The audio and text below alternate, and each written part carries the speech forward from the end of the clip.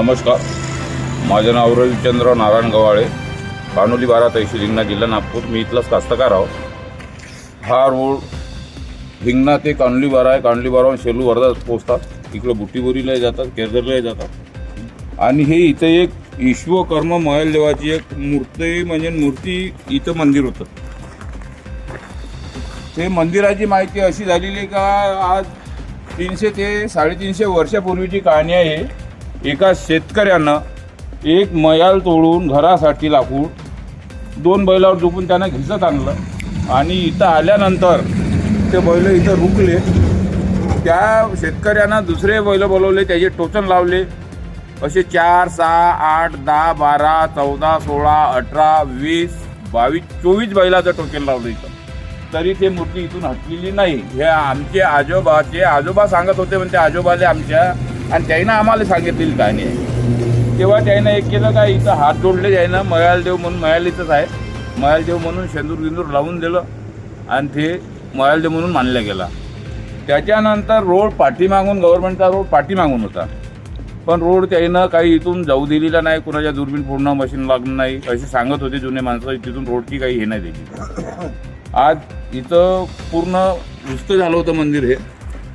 त्याच्यासाठी एक आम्ही गावकऱ्यांनी, सगळ्या लोकांनी एक नवीन मंदिर बनवलं आणि नवीन मंदिर बनवून जुनं मंदिर होतं ते पाडलं आणि इथं एक जुनी मूर्ती इथं आणून ठेवली मी आणि नवीन मूर्ती बनवलेली आहे. ते मूर्ती इथं मी इथं येत्या 25 तारखेला म्हणजे उद्याला स्थापन करणार आहोत. 26 तारखेला महाप्रसाद आहे, इथे लंगरच आहे आणि त्याच्या समोर बी इथे काम चालूच आहे. आता हे तुम्ही बघत असा पूर्ण व्यवस्था तयार झालेली आहे. याच्यामध्ये इथे कोणी राजकीय लोकांचा 5 पैशाची निधी नाही आहे. पहिले आजी माझी मेंबर सरपंचाने या रोडवाल्यापासून 1,10,000 रुपये घेतले. काही मशीनवाल्यापासून पैसे वसूल केले, काही ट्रकवाल्यापासून पैसे वसूल केले आणि इथं छोटंसं मंदिर पाळत होते. हे मंदिर मी बाहेर होतो, बाहेरून मला इथून फोन आले. मी इथं आल्याबरोबर मी विचारणा केली, मंदिर का पाडून राहिले. हे इथं मंदिर होतं, मंदिर का पाडून राहिले. त्यानं सांगितलं का आम्ही पैसे दिले मंदिराचे सरपंचाले आणि काही मेंबर लोक आले त्याले, म्हणजे उमेश कुकळकर सरपंचचा पती, सरपंचीन बाई आहे आता, तिचा पती उमेश कुकळकर, राजू भक्ते आणखी त्याचे सहकारी, हे सगळे वर्गना करून त्यानं 10 बुक छापले. एकच बुक त्याच्याकडलं मला सापडलं म्हणून हे मला लक्षात आलं.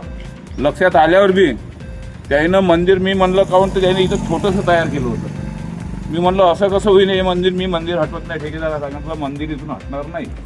त्यानं सांगितले पैसे दिले. म्हणलं पैसे दिले तर काम चालू होईल. काम चालू केलं. आज मला इथं 12 महिने झाले बराबर त्या मंदिराचं काम चालू केलं. तर या शेवटला हे काम आता सगळ्यात मी एकट्यानं मीनं काही केलं नाही. माही काही त्याच्या श्रेय नाही, माही काही त्याच्या संप्रदान नाही.